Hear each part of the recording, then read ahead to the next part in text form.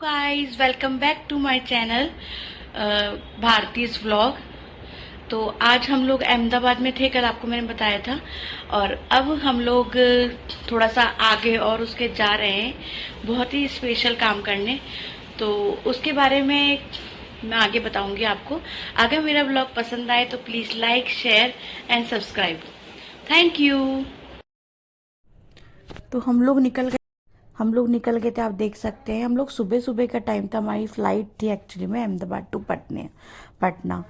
तो वहीं पे हम लोग निकले, क्योंकि हम लोगों को जो हमारा मेन डेस्टिनेशन था वो था गया, बिहार के अंदर जो है। तो कहते हैं कि ये मोक्ष धाम है, मतलब यहाँ पर किसी की भी डेथ हो जाती है तो उसके बाद में इनको लेके जाते हैं ताकि इनको मोक्ष प्राप्ति है होए। तो ये वही स्थान है। तो हम एक्चुअली में अपने फादर को लेके जाने वाले थे, ओके। काफ़ी टाइम से हम प्लान था कि हम जाएं उनको लेके, उनका पूरा काम सब कुछ फिर हम लोग निकल गए, एयरपोर्ट पहुंचे। पहले हम लोगों ने यहाँ पर एंट्री होती है, एंट्री में आपका जितना भी आईडी और ये सब चेक होता है। फिर उसके बाद हम लोग ने बोर्डिंग पास लेना था। हम लोगों को बोर्डिंग पास लेते हैं, अगर बोर्डिंग पास नहीं लेंगे तो कैसे मतलब आप बैठ सकते हैं। तो सबसे पहले हम लोगों को बोर्डिंग पास लेनी थी। यहाँ पर बोर्डिंग पास लेने के बाद में थोड़ा सा हम लोग भी थोड़ा घूमे, क्योंकि देखे बोर्डिंग पास के बाद जो नेक्स्ट स्टेप होती है वो होती है सिक्योरिटी चेक इन, जहाँ पर जाके आपका पूरा जितना भी सामान होता है सब होता है। तो वहाँ पे आपको चेक मतलब सिक्योरिटी करानी, मतलब वो कराना पड़ता है, चेक कराना पड़ता है। तो वही से हम लोग उसी प्रोसीजर में लगे हुए थे। तो हम लोग जा रहे थे, सिक्योरिटी चेक इन कराई। उसमें भी काफ़ी टाइम लगता है क्योंकि काफ़ी भीड़ रहती, काफ़ी लोग रहते हैं। तो मतलब टाइम लग ही जाता है वहाँ पर। तो वही सब हम लोग कर रहे थे। फिर उसके बाद में जब सिक्योरिटी चेक इन हो जाती है तो ये उसके आप जाके आप आराम से आप बैठ सकते हो, ये आपका प्रोसीजर पूरा हो जाता है। फिर इसके बाद भी हम लोगों ने सोचा कि क्या करें, क्योंकि लंबा टाइम था, थोड़ा ब्रेकफास्ट या कुछ कर लेते हैं, क्योंकि फिर पहुँचते पहुँचते काफ़ी टाइम हो जाएगा। तो फिर हम लोग निकले यहाँ से और थोड़ा सा सिक्योरिटी चेक इन कराई, फिर थोड़ा सा घूमे और फिर उसके बाद हमने ब्रेकफास्ट किया। और ब्रेकफास्ट के बाद में फिर हम लोग, क्योंकि बोर्डिंग का टाइम हो चुका था, फिर हम लोग निकल गए यहाँ से एयरबस के थ्रू, मतलब फिर हम लोग बैठे। अब हमारा टाइम हो रहा था, हमें फ्लाइट में बैठना था। तो आप देख सकते हैं कि हम लोग फिर बैठे।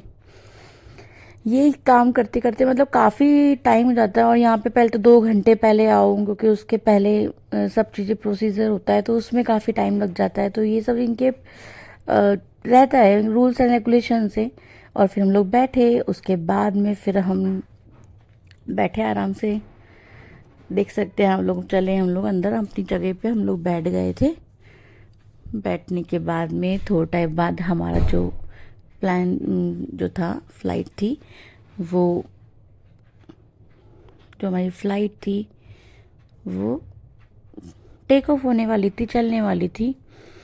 तो ऐसा रहा हमारा दिन भर, मतलब काफ़ी हेक्टिक रहा और बहुत ज़्यादा, मतलब दिन भर सुबह से लेकर शाम तक, मतलब पूरा दिन ऐसा हो जाता है कि बहुत ज़्यादा थकावट और वो सब चीज़ें।